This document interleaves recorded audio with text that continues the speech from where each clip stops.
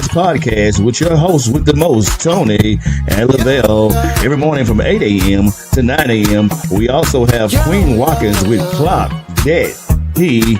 Tune in with us and have a great time. Let's talk about it right here. Too Many Hats Podcast.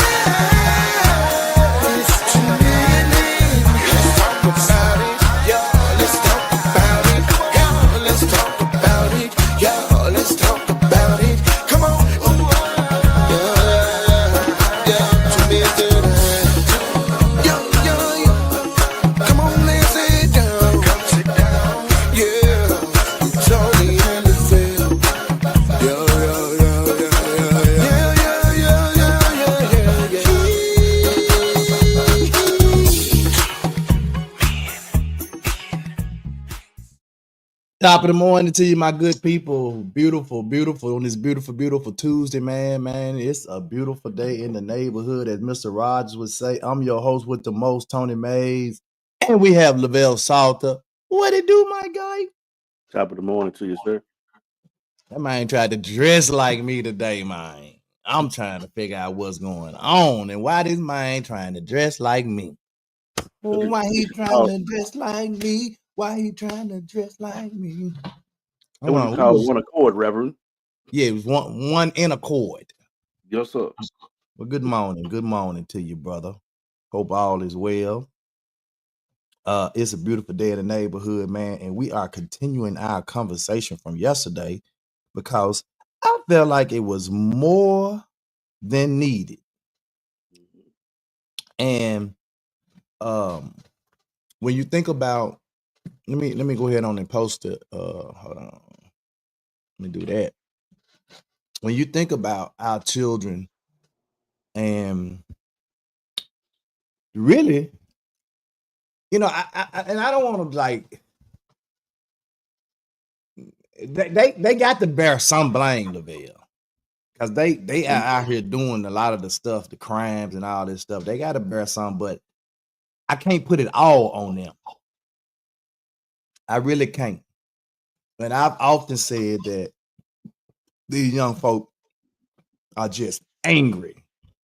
And it wasn't until I played a video from Marcus Holiday, and I'm gonna play that video again, where you could hear the young men saying, "Man, these kids are everybody mad, everybody angry." And I'm like, but I've said it. I really want him to elaborate on why they were mad and angry, but of course, he just said they just everybody mad, everybody just angry, mad. It's because when you ain't been shown no love in the house, no real love, it trickles down and it starts to resonate within them, and then it's projected out in the streets. And the only love that you really shown, so-called love, is from your homeboys. Yep. And that love ain't really love. Because soon as you go and you know, you get you get put under the light, the scope, and you in jail, ain't now one of them dudes coming to your rescue. Nope. Not now. Not now one coming to your rescue. So if none of them dudes is gonna come to your rescue, that's fake love, bro. That's real fake love. It's not real.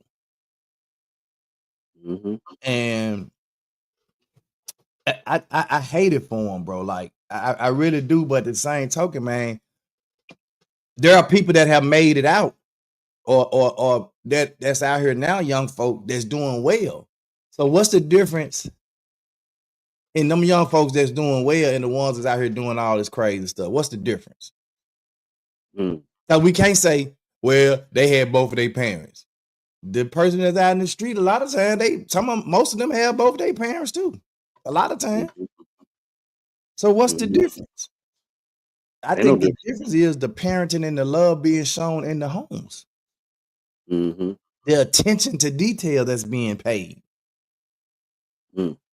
That's what I believe the difference is now. Now, I mean, somebody else can jump in and disagree or whatever, but my my thought is that, you know, the difference is that it's the love that's being shown within that homestead. Mm. So what do you think? I mean, I did all that. I mean, it just it's so prevalent. I was up this morning here lately. I wake up early.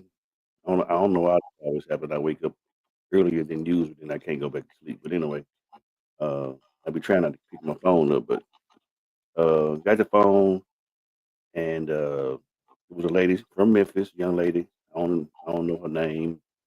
Her and her mom, man, was literally, man, talking about going back and forth with each other. Uh, the mom came over to try to take the son's car from him, and they going back and forth, cussing each other out. Just, man, dysfunctional, if you will. And Mm-hmm. everybody was saying, you need to respect your mama and love on your mama. And she was just saying, I do love my mama, but my mama don't have no respect and love for me. Mm. And she kept saying it. And to some people, you think, okay, that don't sound right, but that's true. You know what I'm saying? The respect and love got to go both ways. I'm not condoning what she was doing, going back and forth with her mother, but however, it has to come to the point to where the children needs a certain level of respect and love as well. That you think because you're the authoritative person in the situation that you're supposed to get. Are you married and more respect and love because you're the parent? That ain't the case. You know what I'm saying? And a lot of times, when you look at these different situations in relationship with parents, they over usurp, as it was Mm-hmm. in scripture, they over usurp their authority and don't have no true relationship with their children. And you've seen where you had parents that are literally jealous of their own children. Yep. I mean, I've seen jealous parents, in which I don't understand that, because if your child is successful, and I think it's because man, we got some innovative children too, bro. We got some mhm, smart, innovative children, and when we see, sometimes I think the parents see when the kids are doing way better than what they doing. I mean, how many times have you seen where the child is out there grinding, hustling, doing better than the parent? I'm talking about doing it legitimately, right. doing way better than the parent, and the parent feel like that child, owes them something. hmm You out here doing this, you ain't taking care, and they literally jealous of them. Yep. Now, in the parents' defense, if the child get out there and make it, they don't owe them nothing, show enough. But at least if you love your parents done something. That's why you got so many guys when they hit it big in the NBA or NFL or whatever. They get they first thing they do is buy their mama, dad, or mama a house. hmm That's to show their gratitude for what you done for me, the suffering or whatever you've done for me, and the fact that you've done it. I want to show you that I'm grateful for what you've done. And I think, it's more of being just grateful for your parents and them sacrificing and doing stuff for you. Good morning, Paulette, as opposed to them just owing you something as kids.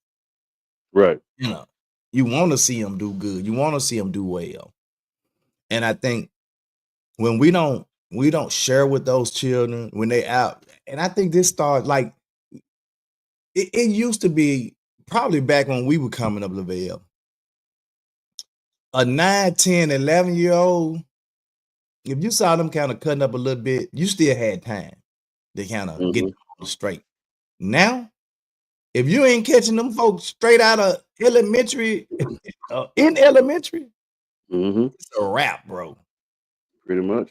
Because the ones that are outside and not in the house in the mom and parent, who are they looking up to?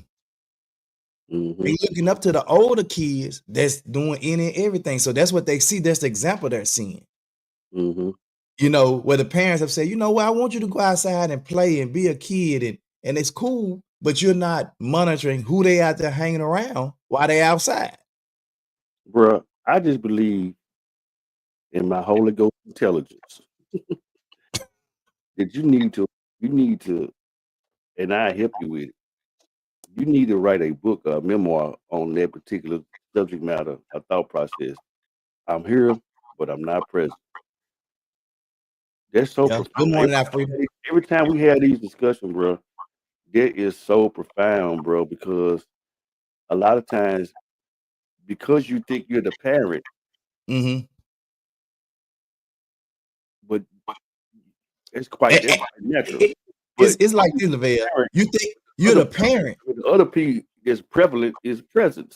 Yeah. But see, you're the parent and you're providing. Mm-hmm. You got a roof over the kids' head. You bringing the substance in, the food in for them to eat, for the nourishment of their bodies. You're clothing them. You're doing the things, from a provisional standpoint. You're doing those things, but you ain't present. You're just not there. I'm providing these things. I'm out here working, providing these things. But the kid trying to come to you and talk to you and tell you, hey, I got some guys trying to recruit me in a gang, and I don't really want to do that. I need to talk to you, and you ain't listening. I need to talk to you, Mom. But I ain't got time for that right now. Dad, I need to talk to you, but son, I'm in here doing, I ain't got time.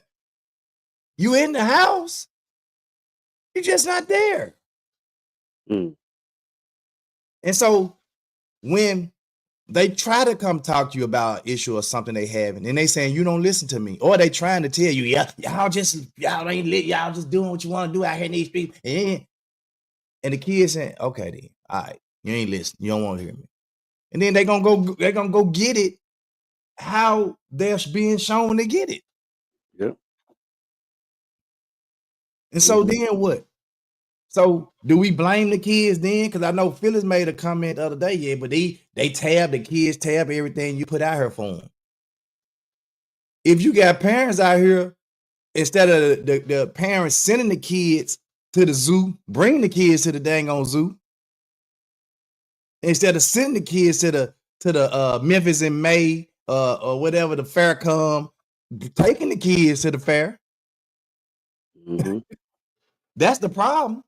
You put them in a car because they be out there at the fair. I can leave them out there for about 3-4 hours. I go do my thing. Mm-hmm. So what you do is you put them in the car, them and they little friends, and they friends mama think they with you at the fair, but you done dropped all of them off. Now they fighting and tearing up stuff at the fair. Yep. And for every action, there's a reaction. Yeah. Like the one thing that I really despise, and I don't even use the term hate, but I hate this whole thing where it says when you're 18, you grown. And you got people literally putting these people out, their possessions, their precious cargo, because of an age. Yeah. Bro, man, I almost brought tears to my eyes. Especially when you ain't been present, and then you're gonna put them out there to defend for themselves. Yeah. That's what somebody did to them. Yeah. That's what somebody did to them, bro. At 18. Yeah, legally at 18. Right. You are. But mentally, a lot of them not. No. A lot of them not. Because we haven't taken the time to prepare them. Yep. I know we had a conversation, and this has been a minute. We probably need to bring this back. Like what age? We talked about what age should you be teaching the children, like the financial applications and stuff like that, as it relates to the household and paying bills and all that stuff. And you got to sit down with them and show them what a checking account look like in a debit and savings, a credit card and debit card. What's the difference between a credit card and a debit card? And everybody get a debit card. They get your cash out. They get your cash app card. Now everybody got a cash app card. All the kids. I asked my little thief one day. I just knew she was gonna say, "Nah, I ain't got." You got cash out? Yeah, I got cash out. I was like, damn. Everybody got cash out. Yep. So, you know, it's cool to get them the cash out, but are you gonna teach them about the discipline and having the cash out? Right. And that's what I'm saying. We at 18, we saying you grown, you got to get out and go fend for yourself, go get your job. That's how I did it. My mama made me get out there and go do it. I did, man. You see, and that kid may not be as advanced as you were at 18. Correct. You know what I'm saying? So we can't just. I said the other day, like my kids in some areas are like night and day. Mm-hmm. Tasia is probably a lot more financially responsible than Kiwi and Tony. Absolutely. Correct. I did a lot of stuff for Kiwi and Tony. I'm trying to keep them because this is no excuse, but this is what I said. They're athletes. I want them to focus on being the best athlete they could be. I take care of all this administrative stuff. Mm. And I shouldn't have. Mm. I should have allowed them to take care of, or at least showed them how to take care of the stuff. Because I did all their college stuff. I went through, Tasia did her own stuff for the most part. I did their stuff for them. And that carried over to their adult life. They called me for everything. That Dad, can you go in there, Tony? Can you go in there and pay for my tags and have them sent to the house? He still do that now. Wow. I feel partly responsible because I took that responsibility away from them and didn't show them like I should have, and I did it for them, and now I'm paying the price, and that's why they call me for a lot of that stuff. Mm-hmm. And so I had to bear the responsibility for a lot of that. Mm-hmm. Because I allowed that to happen. I did it. Right. And that's all I'm saying is that we got parents out here. You can't, like you said, you can't just, they 18, time for you to go, time for you to spread your wings. Bye. No, you can't do that because they may not, again, be as advanced as you were at 18 or have the same, mental capacity to go out there and know they need to work and know they need to save their money, pay their bill, blah, blah, blah, blah, blah. Because if not, what are they going to do? You send them out there, they're not prepared. They back home in 6 months to a year, going through the same stuff over and over again. Then you put them back out, they go out there, and then 6 months to a year, they right back. So that it's a cycle. Yeah. And what's so sad is the individuals that told us to do this, they weren't doing it to their children. We took it from the other folks. And they had their folks still at the house because they didn't know what the hell they were doing. Look, one of the things that bothers me, I'm gonna put it that way, that bothers me is to see an older guy still at home with his parents. And when I say old, I'm talking about 30s and 40s. Mm-hmm. And it's not that they at home because mom need the help or dad need the help. Mm-hmm. I'm just at the house because I don't want to get out there and take no responsibility to do nothing else. Mm-hmm. I was over at my dad's house, and there's an elderly lady that lives, a couple of elderly ladies live across the street, and one of them, her sons live at the house. And every time he turn around, he outside. He got 2-3 dudes over there hanging out in mom house. They outside sitting in the car smoking, whatever they doing. I pull up a lot of times. Oh, I see them. I can see them on the camera opening my garbage can. My garbage can, she open my garbage can, throwing their beer bottles and all that stuff in my garbage can. I'm like, man. You still throwing away here. Yeah, sometimes. Oh.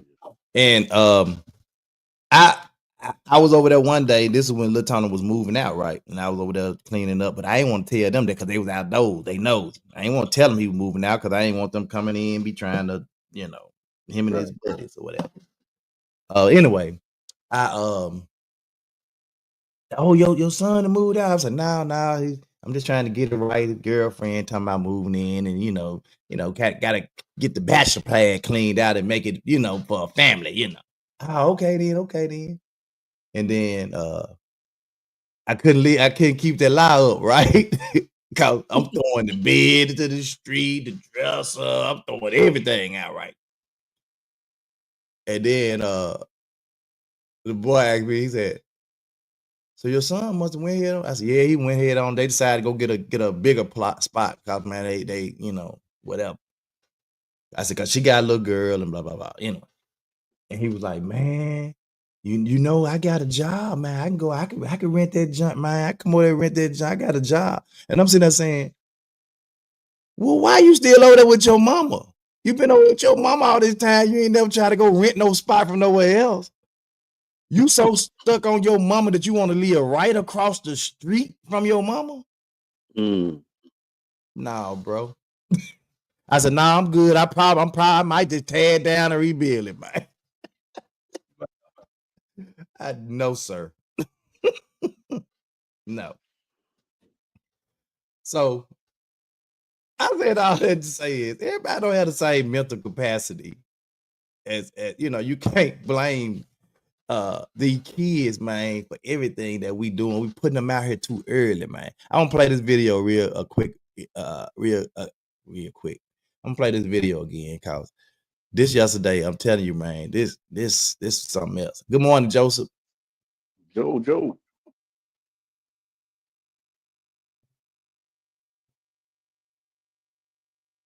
Stop. I done already been to Fraser. I'd have been to North Memphis. I'd have been to Black Haven, where I'm from. Just left Walker Homes. Now I'm here in South Memphis.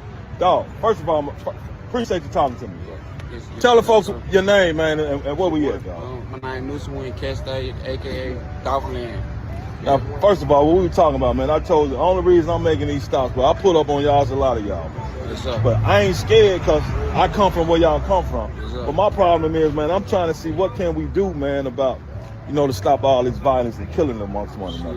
We need more money out here, more jobs. People got feelings. Yeah. More opportunities and shit. Yeah. Need something like for the kids, stuff, you hear me? Yeah. Breeze Park. We ain't got nothing here. We need something here for the kids. Keep hearing me. A lot of shit going on. Everybody ain't. Like you know how it is, but we trying. You gotta spread the wealth. You gotta spread the wealth. I want to see you, but I don't want to pop the camera around because they might not want to be on camera. You know what I'm saying? They hear you. I got you. Yeah, but yeah, man. Yeah, we just want to trying to make the community way better, man. I'm talking about better, man. We just need money, jobs, something to do in Memphis. It'd be more better. I think we have a lot of shit like jobs and shit. Yeah. Water parks and for the kids, it'd be more better. There ain't nothing to do in Memphis. So why these young niggas around here shooting it? Young niggas ain't got nothing to do. But how frustrated? Let me get down here with you. How frustrating is it for you, bro? Man, shit, man, it's hard, man. I got shot 2 years ago. That what got you in the chair? Man, gun violence. Yeah. Gun violence. Got me in the chair. I be trying to say, yeah, nigga, walk past, man. Hey, man, this shit right here ain't nothing to play with. Yeah. Real time, man. We trying to tell you, I be preaching to you little young niggas too, man. When I pulled up, you had several partners. It was a lot of y'all. But they kind of scattered when I pulled up because they don't know me. You know what I'm saying? But how did I come up? It's all about love, right? It's all about love. So if you could talk to Mayor Young, man, and some of y'all, what would you tell them, man? What needs to be done, man? Mayor, please, man, keep it up. Put more money and help us in the community, man. Give kids something to do, man, like water parks or something. Man, opportunities and stuff, man. Get a feeling people. Opportunities to get a job or something, man. Something to do, it ain't nothing to do, man. You hear me? Yeah. I ain't shit to do why everybody going crazy, going to jail, back to back and forth, killing people. Do why killing rate, why we the top of rate out of there. Out of the whole world, we number one right now. You know, we just need something to do. Now let me ask you this. Go ahead, no, finish. Go ahead. But I really think though it will help it though. Yeah. Calm the murder rate down a little bit. You know? Now finish. I mean, check this out, because a lot of people think that it be automatic violence when a young black man see another young black man. But it wasn't like that when I pulled. I know why I am. I'm from Memphis. When I pulled up on y'all probably about 10 or 15 ago, but y'all didn't automatically look at me like that. It ain't automatically violence on spot. Ain't always violence when you go. It's cool. We ain't on no violence over here, man. We let people know, dog that. We let people come through here, out of town people. Yeah. We take our people. We don't none of that, man. We know y'all want him, and we don't know violence. We want peace and bliss. This is all we want, man. I got you. We want the community. We just want to make Memphis greater, better place. Well, that's all, man. Much love. Boy, man, it was a lot. It was a lot to digest there, right there. Mm-hmm. You can hear in his voice, bro, like the brokenness, the passion, the brokenness. That's the word I want to use. You can hear the brokenness in his voice, bro. Like I be preaching to these young niggas too, tell them, man, this just ain't it. You know what I'm saying? You can hear it in his voice that, man, we broke out here, bro. And I ain't talking about financially broke. No. We broke. And for those who saying they just want them to give him some money. No, that ain't what he's saying. See, we got to listen with our heart, man, and not with our ear all the time. I'm gonna holler at you, man. I'm gonna go off. We got to listen with our heart, bro. We're not listening with our heart. We hear and we take everything literal what they're saying. He is saying we need some opportunities to be able to make some money. Some of us are, if you listen to them, some of us are felons, and we need to be able to get a job so we can provide. Then we won't.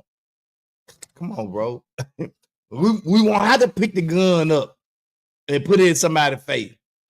And we won't be so angry to the point when the dude come and step on our white Air Force One, we got to shoot and kill him because he didn't step on our shoe. Come on, man. We got to start listening with our heart, bro. And I think that's where I'm different from a lot of people. Because I can hear the same stuff somebody else heard, and I'm gonna hear something different, especially as it relates to like our young folk. And it ain't because I had the hardest life growing up. I came from Lakeview, God, but I ain't had the hardest life growing up and all that. But when I listen to these young folk now, bro, I try to listen with understanding. And I try to listen with my heart, like, cause if I just hear you, I be like, cause I'm gonna come back with, just like Phyllis said yesterday. Yeah, but they tear up everything you give them. Not you can't put every young person in that bucket. Mm-hmm. That'll be just like saying all young people out here robbing, stealing, and killing. No, it's just some young folk out here robbing, but not all young folk. Mm-hmm. Joseph said more opportunities for that's what I'm saying. And some of that went right over folks' head. Mm-hmm. That can help break the cycle. I'm telling you, that went over a lot of folks' head, Joseph. Cause he ain't just saying just give us some money. We don't just want no welfare, just trying to get no welfare, no money like that. What we're saying is you have to provide an opportunity. Yeah, they got the Second Chance program, but half of them don't even know about the Second Chance program. Mm-hmm. And a lot of times the Second Chance program, sometimes they only allow a certain number of people or a certain count of people fell into the program. I hate to mention his lady name, but because I know there's some differences of opinion as to who she was and what she did and what she didn't do. But Marie Fagan, she did something, and I worked with the school system before. You worked for the school system, my sister. Uh, she did something that I had never seen done. Is with the truancy that was happening in the school system. She literally went to these parents' homes to see what the problem was. Mm-hmm. Right, wrong, or in between, especially depending on some, especially for her not being from Memphis, number one. Number two, some of the communities and stuff that you go into with some of these homes, you don't know what you're walking into. Yeah. So to literally go and just not just make the phone call or send the letter, but to go and actually make an appearance. Yeah. Well, just I like always he said doing, this about like, her. just like he doing. Marcus going making an appearance on Yeah. these streets. Man, he's showing up in these folk neighborhood. My thing about her was, and I always felt like she had the children's best interest at heart in terms of what she was doing for the children and for the teachers. But that's where it stopped at for me. It's like she didn't care about the people who had to support the teachers and the kids, and that's lost. That's where it was lost for me. But I just need to hear it there. I mean, I'm just talking about. No, I'm saying that's why I said I believe wholeheartedly she was for the kids and for the teachers. Right. Wholeheartedly, I believe she was. And so she has no knock on me for that. None. Yeah. Yeah. And I think that was to be commended for her to show up at these people house, not say we ain't gonna call and leave that voice message and say your child missed school today. Because them parents may or may not hear it. Hell, if the kids got access to the voicemail, they can erase that. Yep. So you still might not know. And we ain't paying enough attention to their report cards to know that they missed 10 days out of school. Monica says, at Tony, you said something then, listen with our hearts and not just your ears. If we do this in all things, man, I'm telling you. Yeah, Doc. Yeah. Gotta do the hard work. That when they say that's hard work, bro, that's hard work. Hard work. Yes, sir. Yeah, man. You the podcast got over that devil, man. Man, it's we have to, bro. Like I'm tired of I'm tired of parents making all of these excuses, or not just parents, but people in general. Yeah, I used to think something else, but we allowed them to get that way, bro. We allowed them to get that way. If your child is out of control, and when I say out of control, I'm talking about out of control. How can we blame the child or the community or the church if my child is out of control?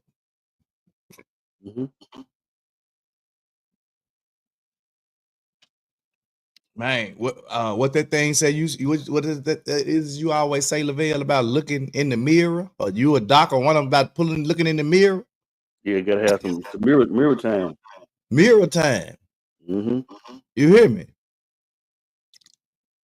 Phyllis said that comment wasn't meant for the ones that complain, but yet they are part of the problem. Everyone has a different story and their idea how to fix it. Sometimes the bad things is a cry for help. Absolutely. And I didn't take it that I was just using that as a as a means to kind of get my thought out there. So there are, and I think that's another good point too, Phyllis. Listen what she just said.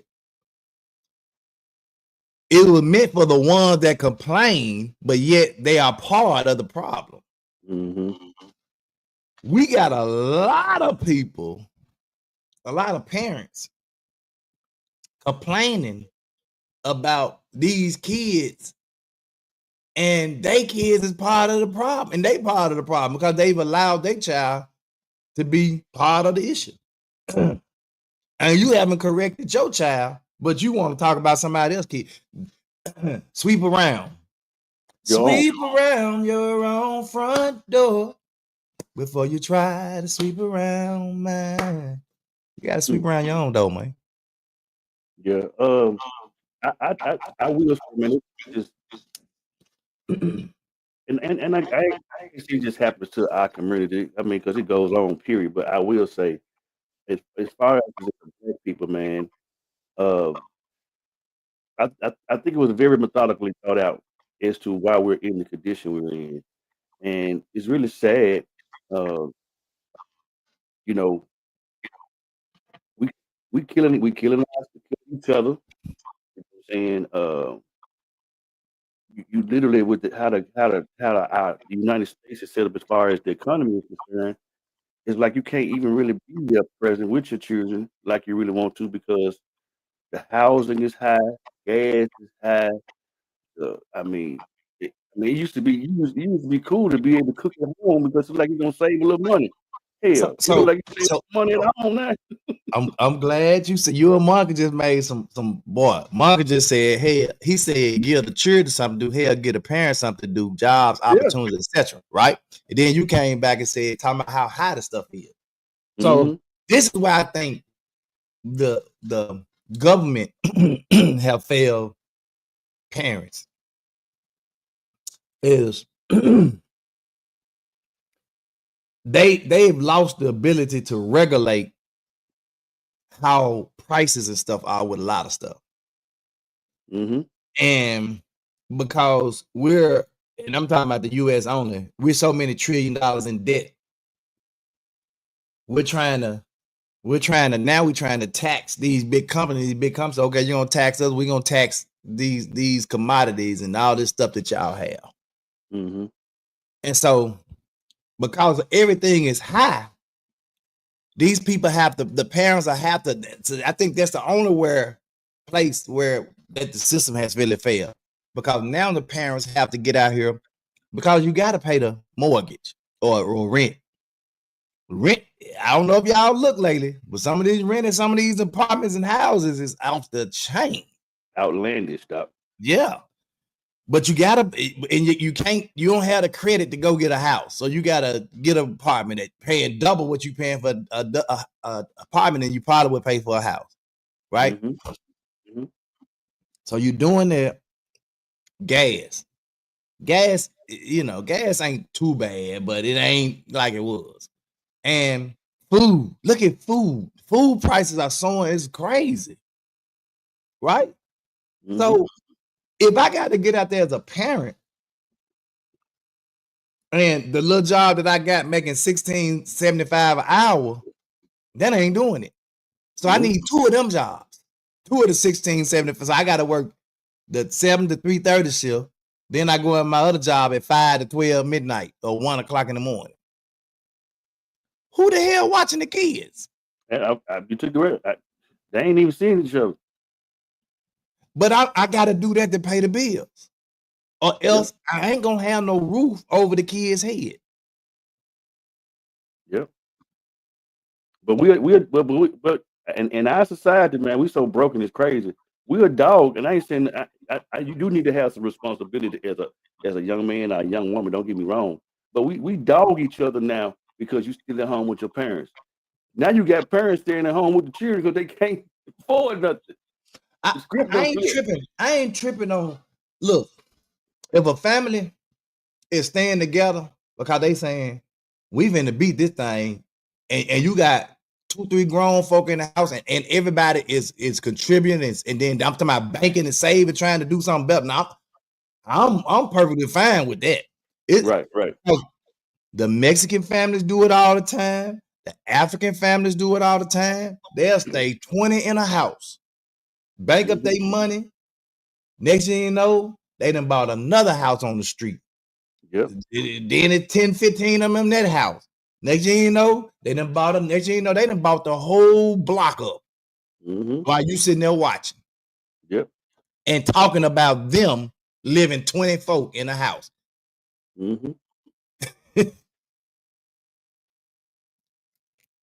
We don't have that type of discipline. For one, we too scared at what folk think about us. We too scared. We don't want to be labeled as man. You know, Mays them over there, man. It's about 20 of them living in Mays house over there. But they ain't looking at Mays and bank account. Mays and bank account over here, man. Sitting on about a meal. I don't have $1 million, y'all, so I don't want no robbers to come. I'm just talking. I'm just hypothetically speaking. Right. But we got to. We won't do nothing like that, because if we did that, you see what I'm saying? People gonna talk about us, and we don't want that. We know that hurts our image. Yep. Okay. Prime example. I put this video in the group. The little boy was suing his daddy for $60,000 because his daddy bought him an electric car, a $60,000 electric car, and he didn't want that. He wanted a Ferrari or a Lambo or something like that, because he said he was the captain of the basketball team at his college and he had an image to uphold.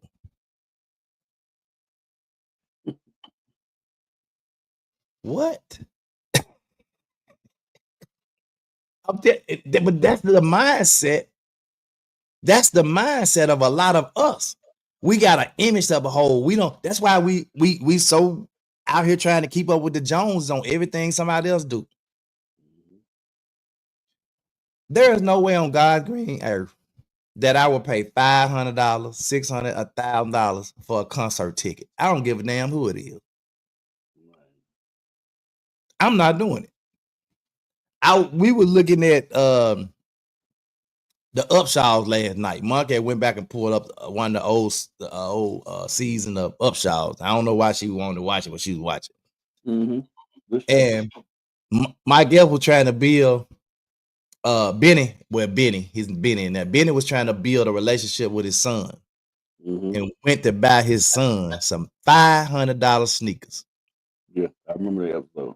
And the daughter found out about it, and she wanted a $400 jacket, not to tell the mama about the $500 sneakers. Yep. I'm sitting there saying, I looked at Mark, I said, never, ever in this life or the next would I pay $500 for a pair of shoes. Never. But you know, that's a great segue to use, because a lot of times, because the parent don't have a relationship with the children, they'll try to buy them. And that ain't working. No. Monk said that's real. It's hard out here. Right.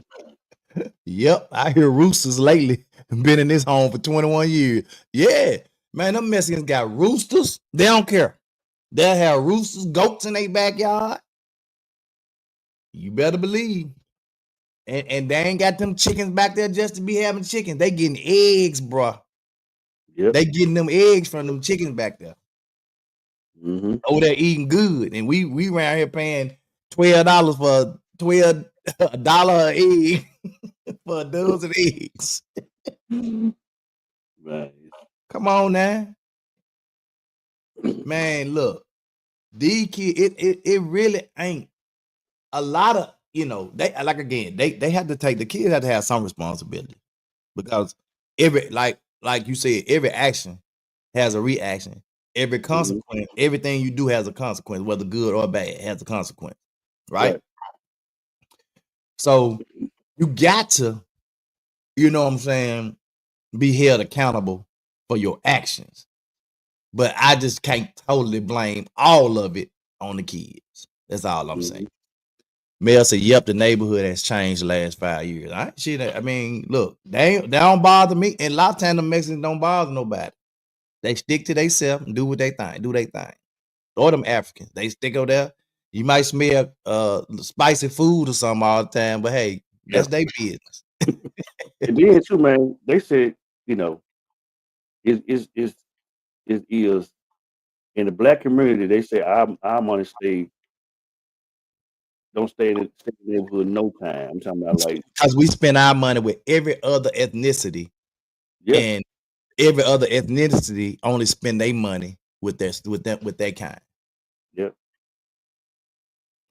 Rodney says, I agree with the Hispanic community for the way they bought up the block by living at home up till they made the money to buy a house free and clear. I used to live in the 38122 Bear Clare area. It was black and white then. Now it's 80% Hispanic. Yeah, because them folks sit over there and take their time, bank this, put all their money together and buy that one a house. Then they bring some more people over, stay in that house, and they buy another house.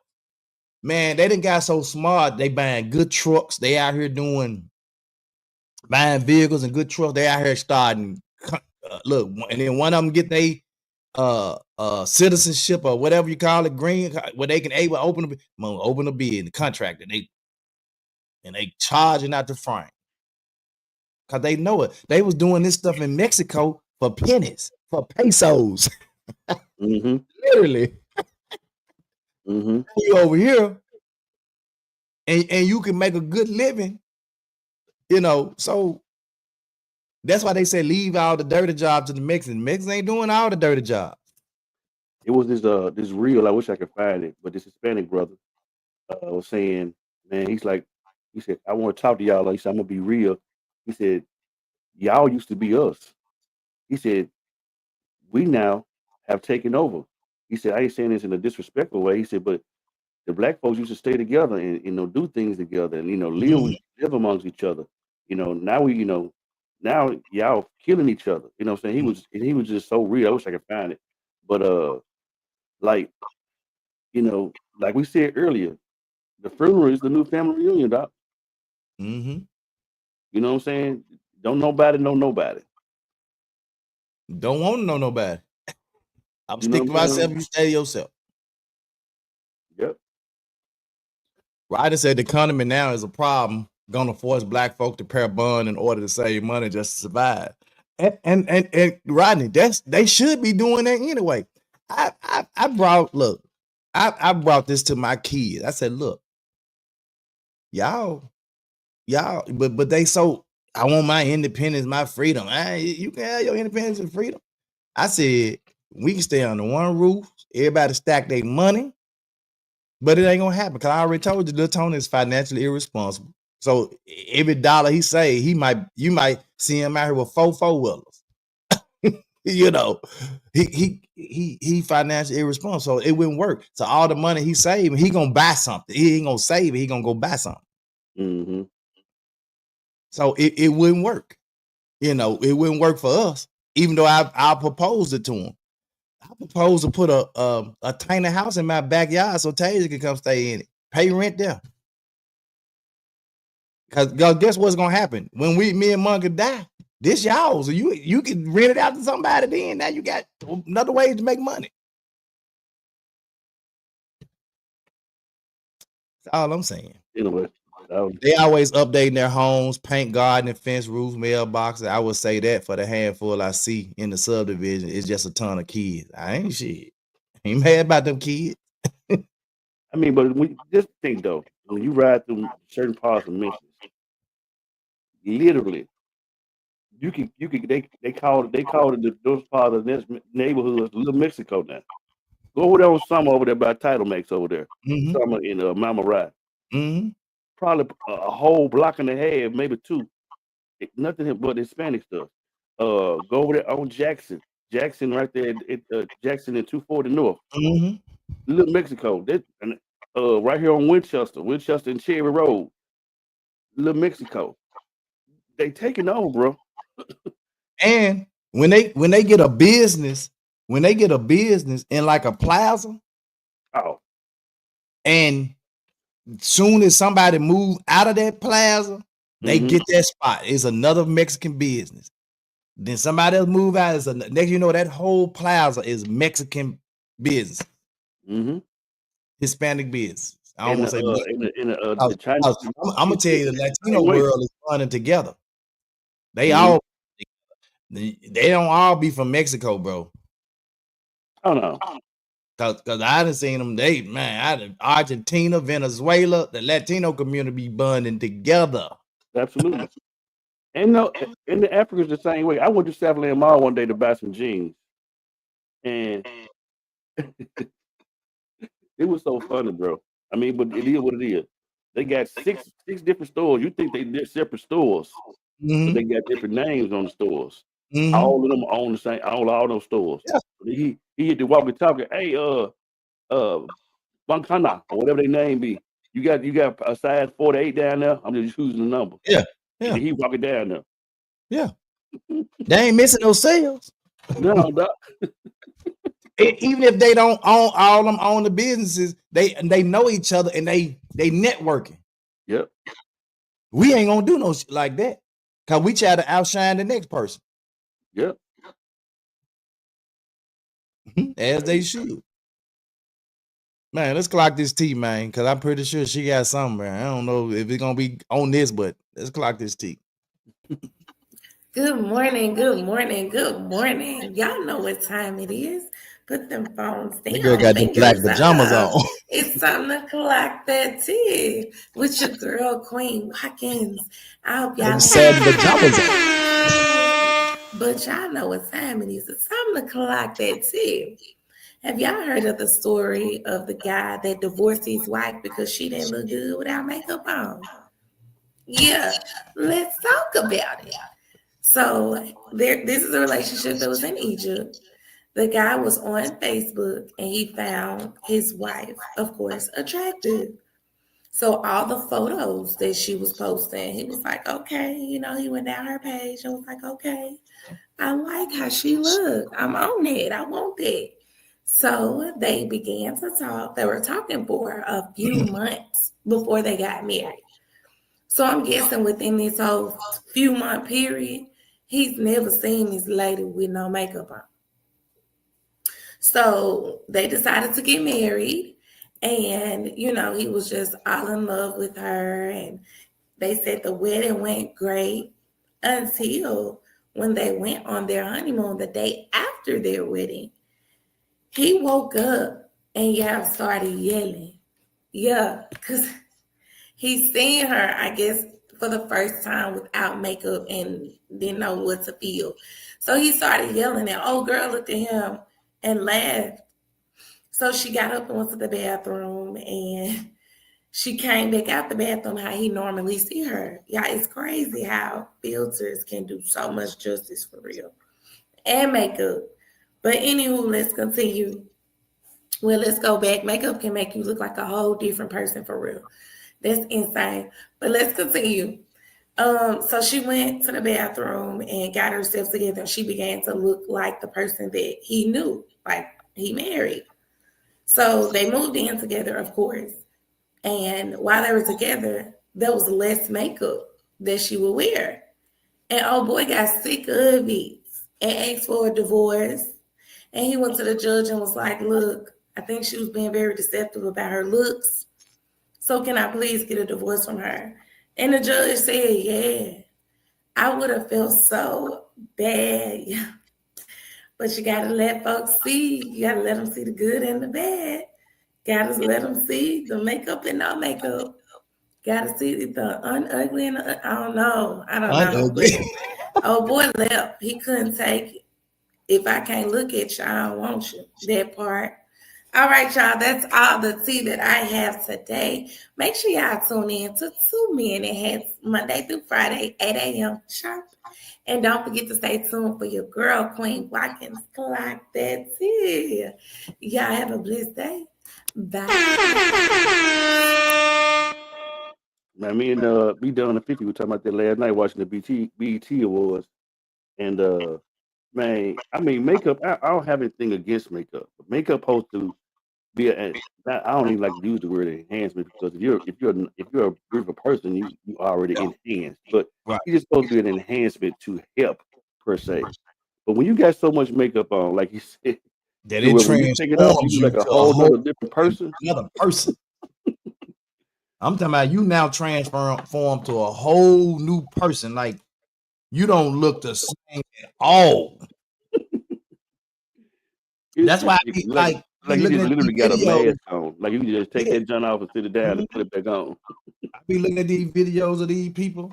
They be doing these makeup things, and I be like, but why would you do that? Because I mean, someone be real pretty when they get through, and they go from that to that, but that's catfishing, bro. Because if I meet you out looking like that, and then you get home and wash all that off and take your teeth out, and you got 3 teeth missing across the front because you got these pop in veneers when you go out and dress up. Man, I'm not gonna be cool with that. Right, what? I'm not gonna be cool with that because you didn't catfish me. Mm-hmm. That's why I have often said, and Mark can tell you, I often said, I don't mess with women that wear makeup.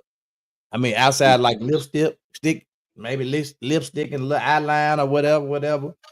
But if you wearing foundation and all that, I ain't never dated a woman that wear makeup like that. Never. Mm. Because And I feel like you need all that. I don't know how true it is. And I said I'm gonna do the research on it, but I was watching a reel or something. This lady was talking. She said that makeup actually was made for morticians for dead people. I don't know if you remember watching Sanford and Son on an episode with Fred was in the hospital and he switches his chalkboard, and Grady told him, he said, man, he said, I want to see how you look now when they put all that rouge on you, all that makeup. And I was like, wow. And then when we were in Costa Rica, one of our drivers, he pulled up to the side of the road and we got a leaf off a tree.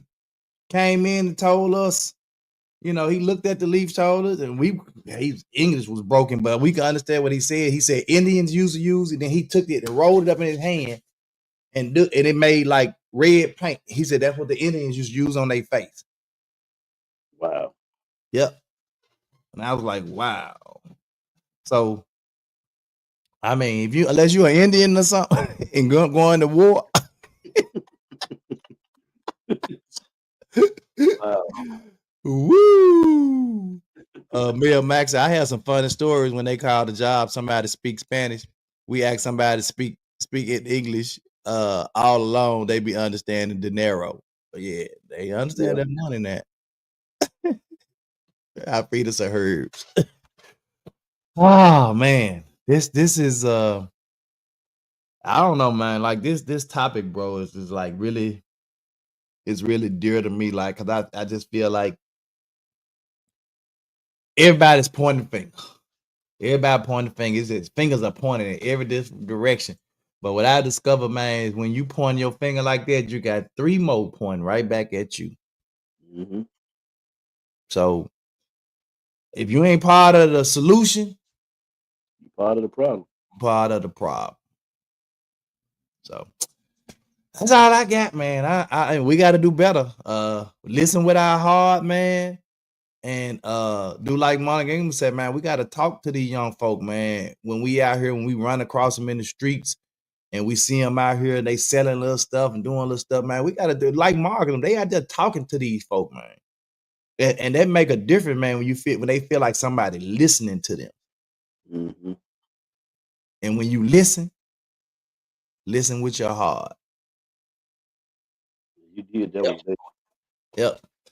All right, man. That's all I have, bro. Give your closing comments, man, and close us out with a prayer. All right. I officially kicked off my birthday week tonight. Oh yeah. We hold on before you do that. We got to shout out Lavelle today, man. His birthday day number 2. He celebrates his birthday Saturday, but we celebrate him all week long.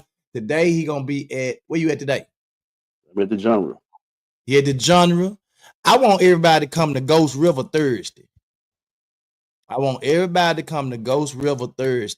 If y'all can come, Ghost River Thursday, y'all. We're gonna turn up with Lavelle at Ghost River Thursday. Yep. Now y'all, if you can go every day with them, go every day, but at least Thursday. Did you see the picture of the guy walking down the street with the rifle in Germantown? What? I just saw that this morning. No, I ain't see that.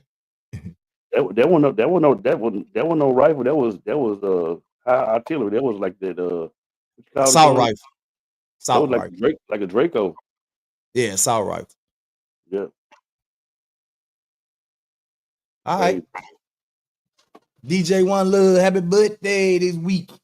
Come on, close out, bro.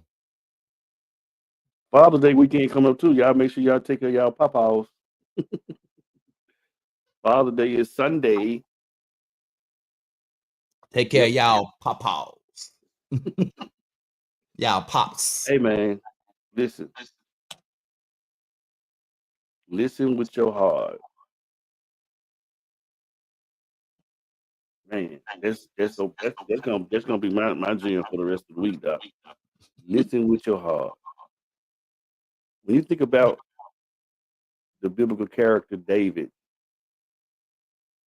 out of all the stuff that he done, he said he still was a man after God's own heart.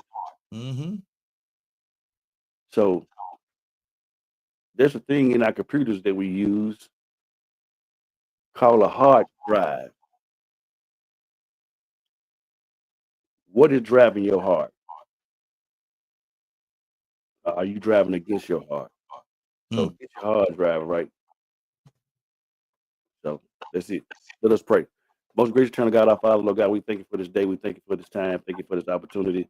We ask you to prick our hearts, to listen with our hearts, so we can have the heart that you have, and love people with unconditions, not because of what they do for you or what they say to you, but love them unconditionally.